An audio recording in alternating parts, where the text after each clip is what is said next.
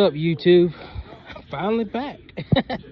But yeah, it's your boy Jordy B. Finally back on the tube. Yeah, I had to do some soul searching to get back up here, but I'm back up here, and I just want to give you guys, because I got some loyal followers out there, some updates from the last time you see me on YouTube. And they're about the Grand National. May give you an update on, I think the last thing you guys saw was the 86 C10 pickup that I was redoing for a guy. So we may throw some clips in there of that, and how that turned out from where it started to how it turned out. And just give you a small update on the Grand National. And I'm gonna go ahead and do this because I got the Grand National out the shop because I had to change the wife's oil in her work vehicle. So we're gonna walk around the car. Don't judge my Grand National right now.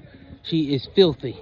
She hasn't been out since October, and October of 2024, I'm sorry, was the last time I had this thing out.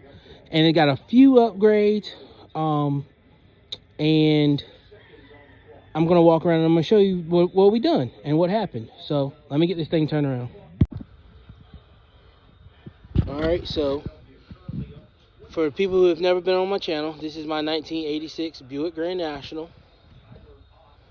I'll give you a small walk around of the car.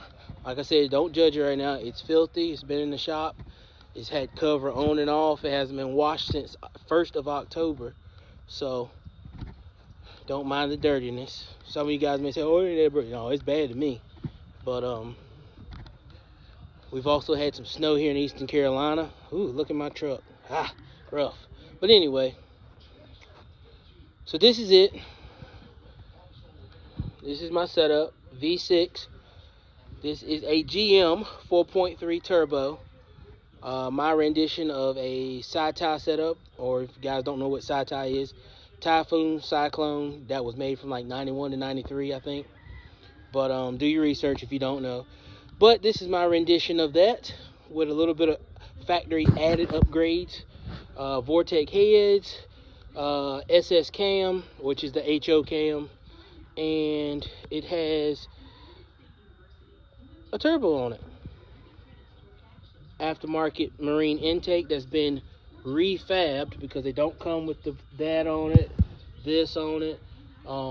Just the top hat and the bottom cast iron plate is pretty much all that I used. Everything else is custom up here. Fuel rail, adjustable regulator. So I'm gonna walk around and tell you the upgrade since you guys have really seen this car. So the first upgrade was right before the show in October, about a week before. I had an alternator fail, so we ended up going with a PowerMaster 180 amp or 200 amp. I can't remember. I think it's a 200 amp. Anyway, this thing works wonders. So we upgraded to that. So that's a PowerMaster alternator, and that is, I didn't go with the one wire, it's still being energized by the plug. So we went with that. And also we went with the side mounted power, because most typically a CS 135 is just that's the style of this alternator. The power is in the back, but I didn't like that, and I had to put a rubber isolator in between the two so we would never have any contact. It was so close. I just went on and wrapped it, but now I don't have that problem because it's side mounted. So that's an option they have on this particular alternator. So that's what we went with. So that's upgrade 1. Upgrade 2 was right after that car show. We had a turbo failure. So we had a turbo failure to the point where it would, under heavy loads of boost, it would smoke. And it got so it didn't want to spool like it wanted to. It was having some issues in there, and we're gonna go inside and look at that turbo, and maybe we may do a breakdown of that turbo. Does that turbo owe me anything? Absolutely not. So we may do another video on that, tear that turbo down, see what happened to it. But that turbo does not owe me anything because that was a what I call a setup turbo. So now we have a new turbo up here, different brand, And I'll go over the specs with you right now. So this is a 66-62. So 66 inducer, 62 exducer. So it's a little bit cold side, a little bit bigger cold side. Same size hot side that I had, but this is a lot better turbo than I had. This turbo here is made by Rev 9. And if you guys have never heard of Rev 9, they are I want to say a middle grade company for Turbonetics. So long story short, Turbonetics makes the Rev 9 turbos. So as you know, Turbonetics makes a decent turbo for the price, and I opted to go with their subsidy company, which is Rev 9. So this is still a journal bearing. I did not go ball bearing. It is billet wheel, and this one is not water cooled, and I wanted to get away from water cooled.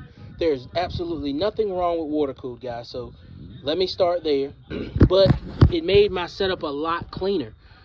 Now I don't have water lines running everywhere. First I was running the GT35, which we'll get to that in another video, but I had a water port going here, which is blocked off now, and I had a water port going here, which means I had lines going to the center section. Now this is oil cooled, strictly oil cooled, and I like this setup a lot better. This setup is clocked a lot better. My other setup was like, it was almost like 3 o'clock, 7 o'clock. It drained, but it wasn't efficient. And that was because of the way I had to have my water ports.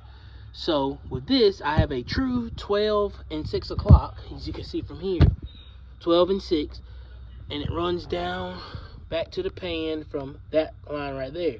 So we got a swivel on that, and it runs on back down if it'll focus. Underneath needs to be polished up. It's filthy, guys, like I said, so I'm gonna stop talking. I'm not gonna say really an upgrade that I done, but when I was having the turbo issue, I thought I was having a firing issue. So I actually changed coils to this coil, which is a Street Fire coil. It's another subsidy of MSD. Street Fire is a subsidy of MSD, so it's just a cheaper version. I had an MSD coil up here, brand new, and I'll probably go back. Nothing's wrong with this coil. This coil was a backup. I think the standard MSD coil may be a little bit better, so I may change it. I may not. I may just leave this coil. Coil works fine, but I may go back to the other coil. This was pulled off of a vehicle that I did an engine swap, and it worked perfectly fine, but it is a used coil. My other coils are new, so I ain't gonna say that's an upgrade, but that got changed. Also on this turbo, we went back with the V-band here.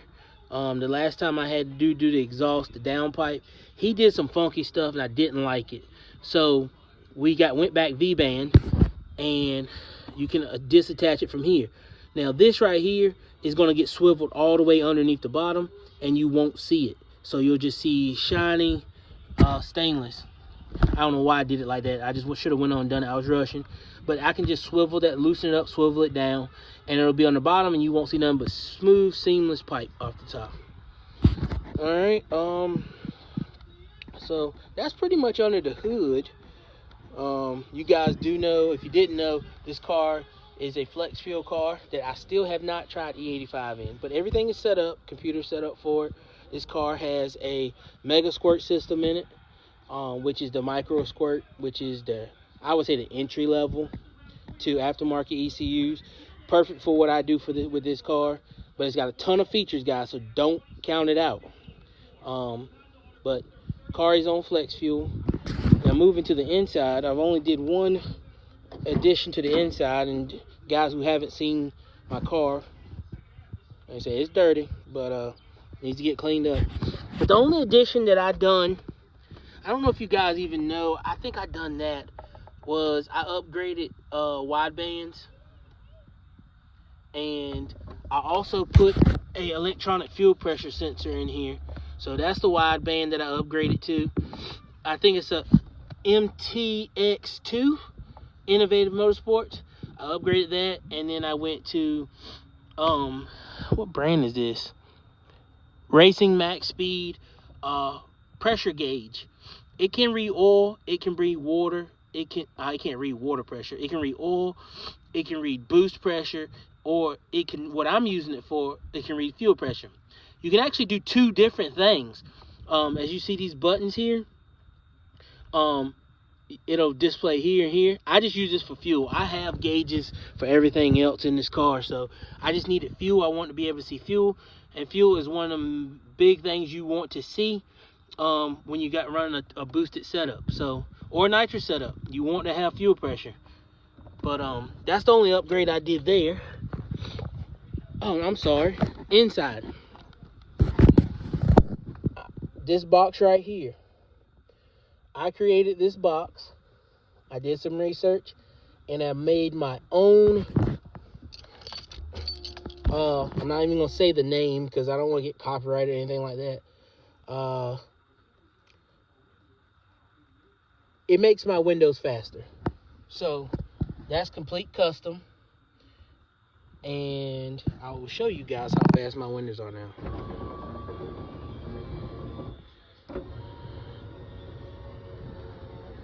That's how fast my windows are now, guys. 100% done by me. And I will say it because I don't get paid off YouTube, guys. It's a window racer. That's exactly what is my rendition of a window racer. They're not hard to make. My box is a little bit bigger than the typical window racer. And once I get this perfected, I'll, loom the wires. You can't see that stuff. But furthermore, yeah, I can tuck this stuff out the way. But makes your windows a lot better. And another thing I'll tell you too is your windows will seal a lot better against your window seal, especially on a T-top car, because it has enough power to push it up and seal it versus the slow way. So that was another addition I did right before. No, I did that after the show. So since October, pretty much, guys. But that's pretty much it. Here's the car. I just want to give you guys an update on my Grand National and what's been going on around here at JPS. So those are a few things. The next thing I'm going to drop on the end of this video is pictures of the 86 C10 that I finished around November. I finally finished it around November. And I will drop the pictures of that. So peace out, guys. It's your boy Jordy B. I'm finally back and I'll be dropping some more videos. So here's those pictures of the 86 C10 that I done.